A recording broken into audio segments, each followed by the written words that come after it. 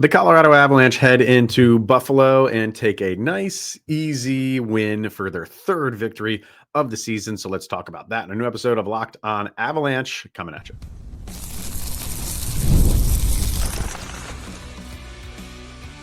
You're Locked On Avalanche, your daily podcast on the Colorado Avalanche. Part of the Locked On Podcast Network, your team every day. All right, everybody. Welcome to another episode of Locked On Avalanche, part of the Locked On Podcast Network, your team every day. I'm your host, Chris Maselli. Not joining me today, but my usual co-host, Zach Pearson, is still enjoying himself, which I am so happy for him because this has been a chore to get this specific episode out to everybody. First of all, I have a sick little boy, which in turn has gotten me sick. So he has stayed home from school, and then we had an emergency run my dog to the vet, who's a 14-year-old dog. So anytime anything goes wrong, you're wondering the worst. Everything is fine there, believe it or not. And then the program that we use for graphics was down, so I couldn't get graphics done for the episode. So it's been a chore to get this episode up and live for you, but we're here. We're doing it. So, Zach, I hope you're having the time of your life out there because back home, it's been a struggle just for this one particular episode. All for a game that was okay. It's good that the Avalanche won it, but watching this, first of all, this is why I've said this before. I can't stand afternoon games. And this one was depending on your time zone, breakfast. So, having kids, it's just not fun. And it was my brother's birthday, so we were out for celebrating him for his birthday, so I didn't get to watch the game until later. And it was I can't stand afternoon games because I can't sit down and just focus on it. There's a million other things going on when you're a dad. If you don't have kids, you probably love afternoon games. Have kids and then get back to me. And so it was I finally got to sit down and watch the game. And sure, it was a good game because the Avs won. But these are the type of games where it's and you're the host of a podcast, sure, there's stuff to talk about, but this is not that Dallas game, right? We could have done a week of content from that Dallas game. But for this, it was fun. I don't want to say fun. No, you want to know something? It was not fun. And I will explain that in particular a little bit later when I get to the Hockey Viz graphic, specifically the fun part. So we'll get to that. But I guess just summarizing this game, it's always tough when you're traveling across the country, and it's maybe even tougher when you have this early of a start time. And it's not like the Avalanche played a bad game. It took them a little while to get going. I thought Buffalo was the better team early on. And it's amazing to me how I shouldn't say it's amazing to me because we're kind of used to it by now with Buffalo not making the playoffs for 14 years straight. That should be a much better team. They have some good players on that team. For whatever reason, they just cannot put it all together.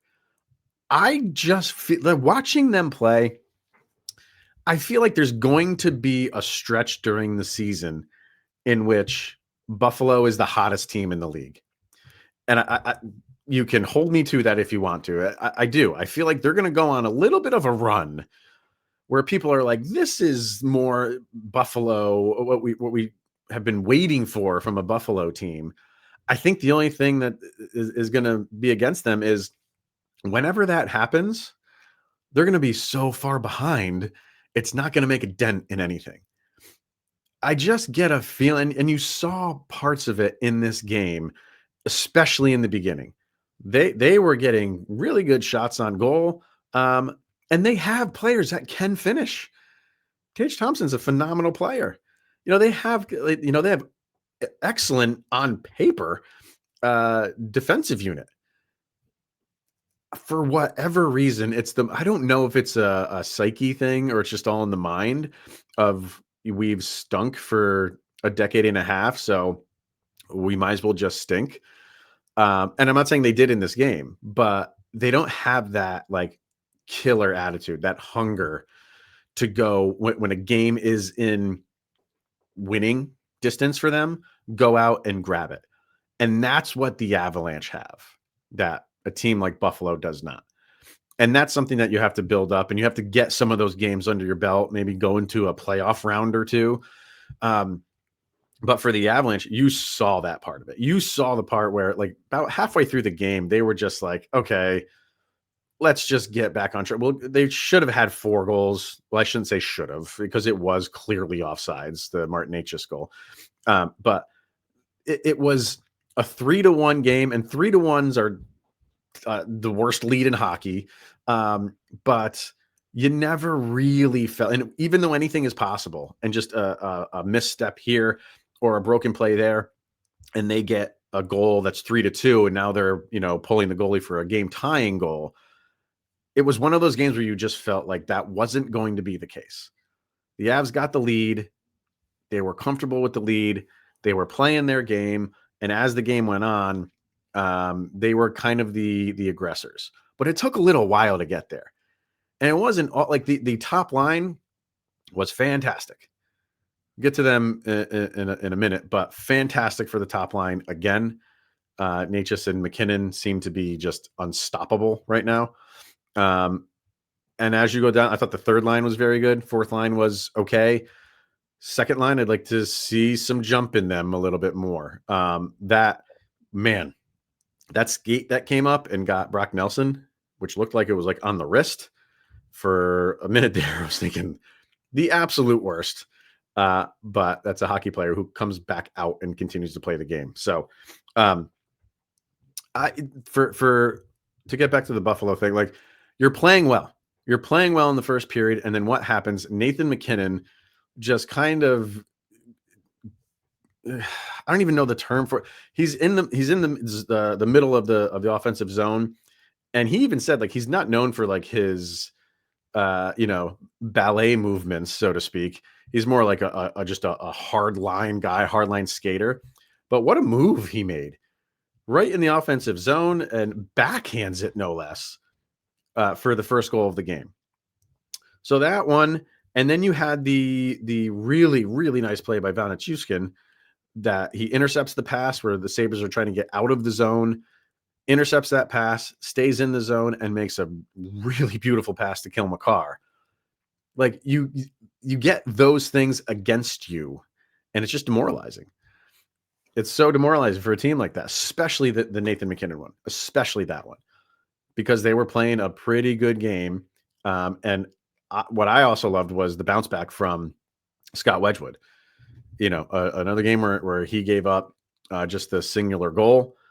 And while I said he was a little bit iffy in the beginning of that Dallas game, but improved as it went on, it's like so far, that's been it. Just the beginning of the Dallas game for him was his really only struggles so far. Everything outside of that, he's been great. And it kind of carried over how he kind of finished that Dallas game into this Sabres game. And, the shootout is what it is. I'm not going to hold that against him. But you like to see every player, from the top line to the fourth line to the backup goalie, who loses a game, how do they bounce back? And the Avs have been really good at that over the years of not following up losses. They might follow up losses with another loss, but not with like a stinker. They get back to it, and while they might lose the game, they usually play pretty well in a follow-up game to a loss. So you want to see as a team how that is, and then specifically for individual players. And for Scott Wedgwood, it was really nice to see that, because we might have Mackenzie Blackwood coming back soon. And he went down to the AHL. He's doing a conditioning stint. And the way that the schedule lines up, they got one more game on this 2-game road trip. They're playing in Columbus, and then they're back home on Saturday against Boston. I think it's a pretty safe bet that he will be in net for that game. So we can get him up to speed, get him some game time, and just getting into the flow of things.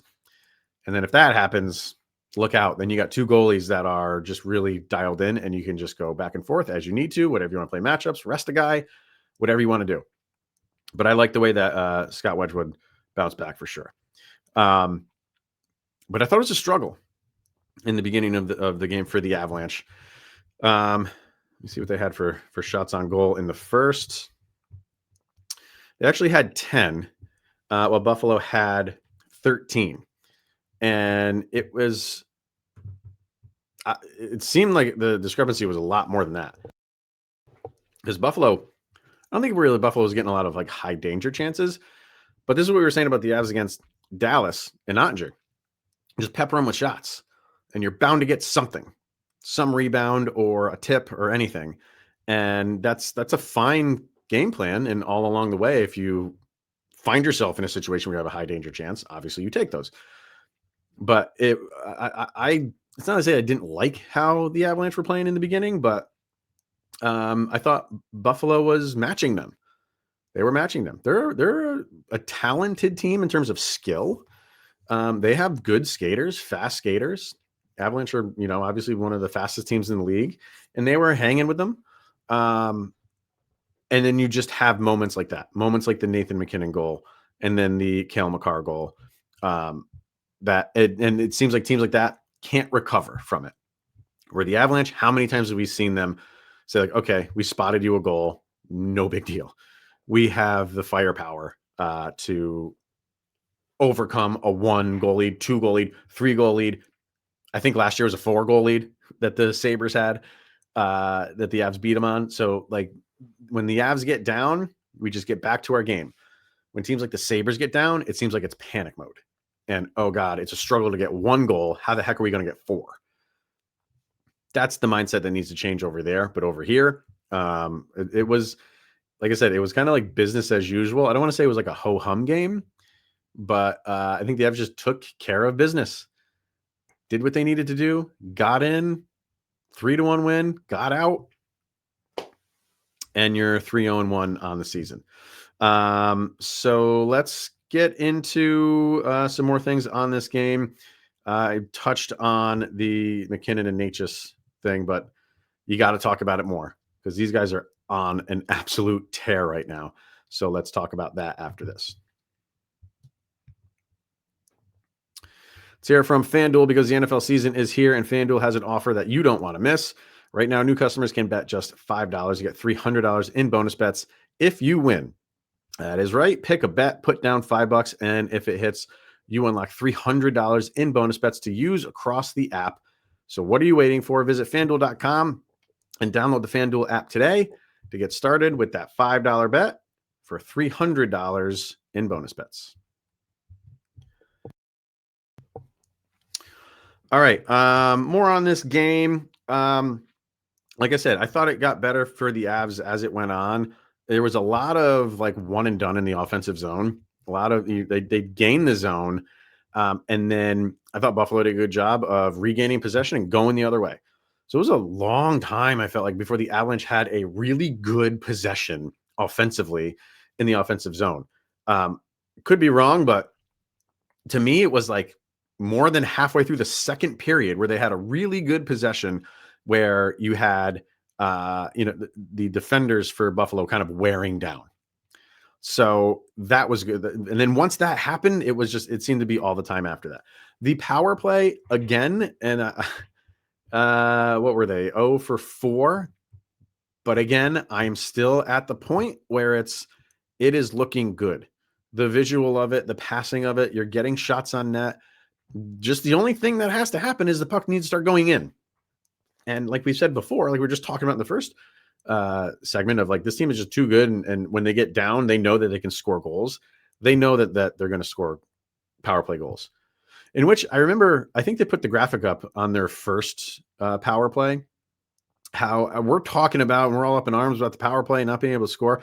I think they're 11th in the league overall right now. I know it's 3-4 games in, but it is not all doom and gloom when it comes to the percentages right now.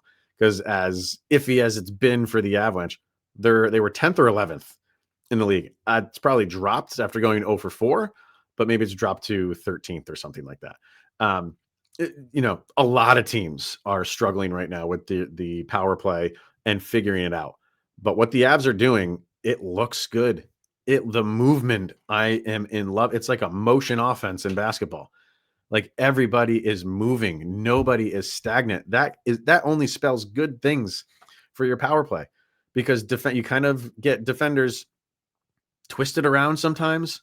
They don't know where you are. If they're just playing a zone, which they will, and when they're penalty killing, and they turn around and you're not there, and they lose track of you for even 2 seconds, and you see Necas moving all over the place. You see Nathan MacKinnon moving all over. He was on the right-hand side one time, and when he skated around and he almost switched spots with Necas. That never happens. And I'm sure he's more than happy to do that. So you're seeing a different look and feel, and the results aren't there yet. But God, you got to think that it's going to be there very, very soon. And speaking of Martin Necas and Nathan MacKinnon,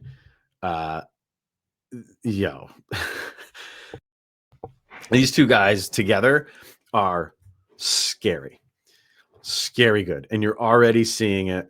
And there is no reason to think that it won't stop for the duration of this season. Sure, you're going to have some ruts here and there, but they're too good for those to last too long. And I hear a lot of people out there just shouting like, sign Necas now, sign. How that has changed. How that has changed. We're not a month ago. We were all, I don't want to say not the guy, but there were questions. And it's amazing how in 4 games, we're like, Mikko who? To an extent. I'm never going to say that fully, because I think deep down, people, have what they have for Mikko Rantanen, but he meant a lot to this team. I'm not trying to say like Martin Necas is a better player, but he could be a better fit for this team. And not only for this team, in particular, Nathan MacKinnon. We heard over and over again that Martin Necas could be the beneficiary of playing with Nathan MacKinnon. What about the other way around? Does Martin Necas not make Nathan MacKinnon better not in terms of his skill and playing ability, in terms of his production? What Nathan MacKinnon got out of playing with guys like Mikko Rantanen was MVPs, 100-point seasons, Stanley Cup. You got to match that for to get to the point of like, hey, these two guys are dynamic, and early returns they are. But if that's what Nathan MacKinnon got out of playing with Mikko Rantanen, the rate that these two are on, Nathan MacKinnon, we did someone asked in the offseason, could MacKinnon break his 140-point season? And that's a ton of points. And Zach and I were both like, I don't think so. Like he could get in the 120s playing on any team. He's that good. But when you pair him with the right guy, like you did with Mikko Rantanen, is the fit. We all said the fit is better for Martin Necas on this team. Is the fit better with Nathan MacKinnon to be with Martin Necas? Could it be? I mean, we'll find out in time. And maybe we are jumping the gun a little bit here, because it's a small sample size. It's a few months last year, and it's 4 games this year. But when you've gone off like these two have in 4 games, you can't help but get excited about what this could mean over the course of a full season. Those guys are on a roll, and they're always together. They're always on the power play. They're on the top line. I almost want to just fast forward to the end of the year to see where the points line up for these two guys, because they benefit each other. It's not just one way in how Martin Necas benefits from Nathan MacKinnon. It's the other way around too, which is scary thought. Very scary thought. I also really love how Val Nichushkin has been playing. We've talked about him too multiple times in the first 4 games, but he's really seems to be dialed in. He's by far the best player on his line, And I think it's taking Gabe Landeskog and Brock Nelson a little bit of time, which is okay. Like, this is the time of the season where you are working out the kinks. But when you have guys like MacKinnon and Necas kind of just doing what they're doing, you're like, why can't everybody else do that? Why can't Gabe Landeskog, who hasn't played in 3 years, do that? Different guys take different times. So I feel like they'll get there. The way that Vanachuskas have been playing, he can lift the play of those two guys.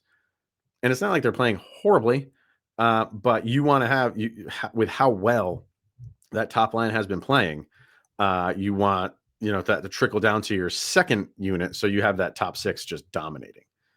And it's odd because I feel, while Artturi Lehkonen's been fine, I would really like to see him cash in on some of these chances that he's getting from Necas and Nathan MacKinnon. They're going to be able to find him, and teams are going to be obviously dialed in on those two guys. So he's going to be getting opportunities, and he's gotten opportunities. And I would just like to see him bury them a little bit more consistently now, because now you have all three guys where teams are like, who do we cover? You got to cover MacKinnon. You cover MacKinnon and put all the focus on him. That's going to leave those two guys open. And Necas will find Artturi Lehkonen. Obviously, Nathan MacKinnon will. So he loves playing in front of the net. Does Lehkonen. So he's going to get those moments, and he's been getting them. Just want to see him, kind of like we're saying, like with Landeskog and with Nelson, get into that flow. I'd like to see Artturi Lehkonen do the same thing. And then for third line, I think they're holding their own. Same with the fourth line. You don't really have a ton of complaints. You have little nitpicky things here and there. That's fine. You don't have these glaring things. If you want to say the power play, then fine. But what you're saying in that is the end result in the production of goals. Okay, fine. But like we just said, how it's producing, or not producing, how it's looking is fine. And if it goes on for like another month or month and a half and it's still not getting the end result, then we can have another conversation. But you got to feel like it's coming. You have to feel like it's coming. And for Martin Necas, I don't know when a deal is coming. I don't know if he just continues to hold out and say, hey, the longer I hold out, the better for me. And it is. But I think we know what the market is right now. And I just hope this is not a Mikko 2.0 in that he's asking for too much. I can't imagine he is. This is just a gut feeling, but I think it'd be beneficial to the Avalanche to get this done now, clearly. But if I think it's beneficial for him too, because look, again, short sample size, but look at what is going on while he's been a member of the Avalanche and the start of this season compared to Carolina. Had fine seasons in Carolina, could have epic seasons with the Avalanche. So does he want to give that up for an extra $1 million or so? We shall see. All right. One last thing to get to. I want to get some of these stat graphics in here because there's some interesting ones. So we'll do that right after this. Let's hear from Monarch Money, because most people can't name all their financial accounts or even what they're worth, whether it's 401ks, properties, or investments. And when you don't have the full picture, you can end up leaving money on the table. That's why there's Monarch Money. It's an all-in-one personal finance tool that brings your entire financial life together in one clean, easy-to-use interface on your laptop or on your phone. So don't let financial opportunities slip through the cracks. Use Locked On NHL for the promo code at monarchmoney.com in your browser for half off of your first year. That's 50% off your entire first year at monarchmoney.com with the promo code Locked On NHL. Go check out Monarch Money today. All right. I had some graphics up here I'm going to put them up. Let's see. We had, I just wanted to show the hockey stat cards one, because there's a good They do like individual players, obviously, for this. Here, I'll share it on if you're watching on YouTube. Give me 1 second here. Hockey stat cards. There we go. All right. So I like that's a lot of players that are off to the right hand side, which is obviously what you want. And you have Cale Makar kind of head and shoulders above everybody. So really, everybody had good offensive games. The purple is team defense.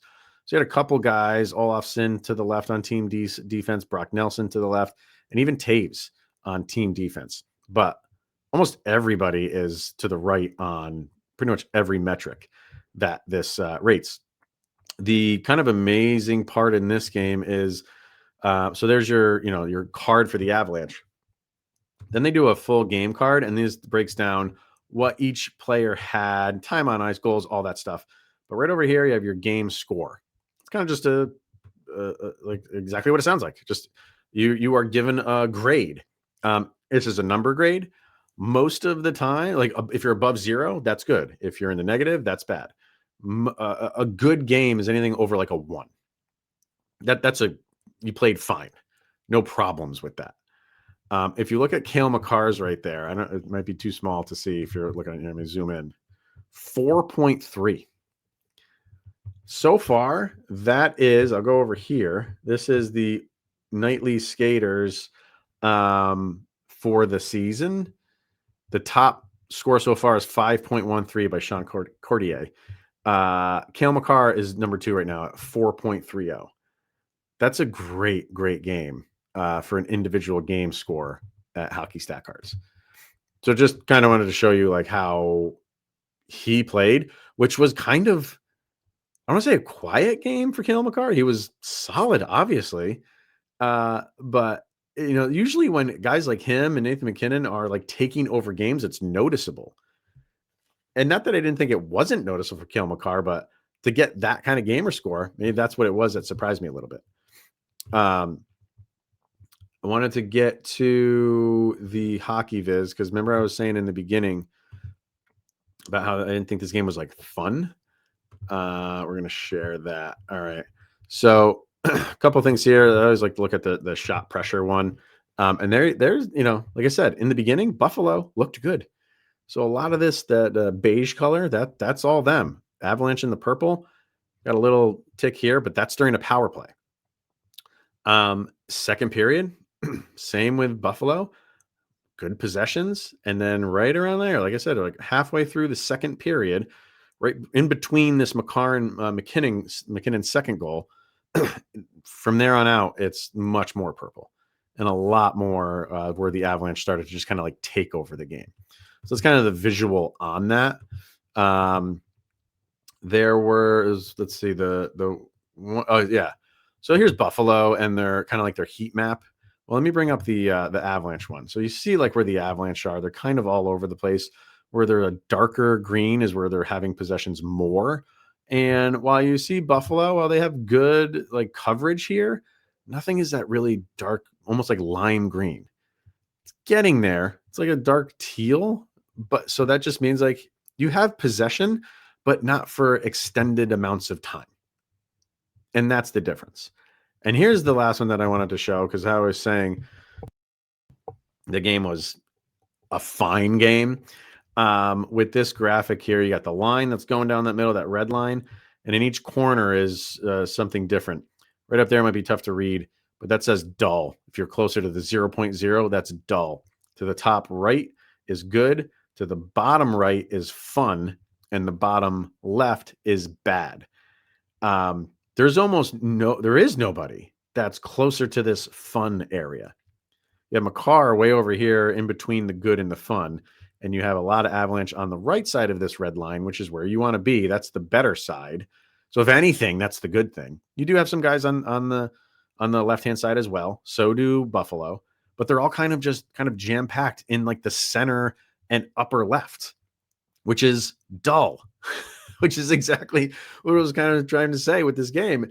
I wouldn't use the term dull. I would just zoom in a little bit more on that. I would just use like, okay, it was a fine hockey game, and I'm glad the Avalanche came away with a victory. But it wasn't like, oh wow, And sometimes that's fine. And I think sometimes when you're on the road, it's especially fine because you just want to get in on the road and out with a victory. That's what the Avalanche did. So, and maybe just another one to show you. What do we always love on Locked On Avalanche here? That is the deserve to win-o-meter. So we're going to share Money Puck here. And again, you're going to be a little bit, maybe not surprised, but there's your deserve to win-o-meter. 52% for the Avalanche to essentially 48%. Pretty close to a 50-50 split here. Take that for what you want to take it for. So, but you got the 2 points. All that matters. Going to Columbus, get 2 more, head home, and you still do not have the only number you have in the loss column. It will be 0, which is so far great. So, don't have a sound check for anybody today, Zach. He sent me one, but like I said, with all the craziness going on over here, I never really had time to sit down and think of one. So we'll get back to that after the Columbus game. So, all right. I'm just happy this episode was able to get released. So hopefully everybody enjoyed it. And I don't know if Zach will be on tomorrow's episode, but if not, we'll fly solo again. So tune in to that one. But for this one, thank you for tuning in, making it your first listen of the day, even though it's later in the day. Still appreciate it. So we'll be back tomorrow. Tune into that one. I am Chris Maselli, the host of Locked On Avalanche. We'll see you guys tomorrow, where, of course, you will have made it through another 24 hours where Sidney Crosby's that much closer to being with the Colorado Avalanche.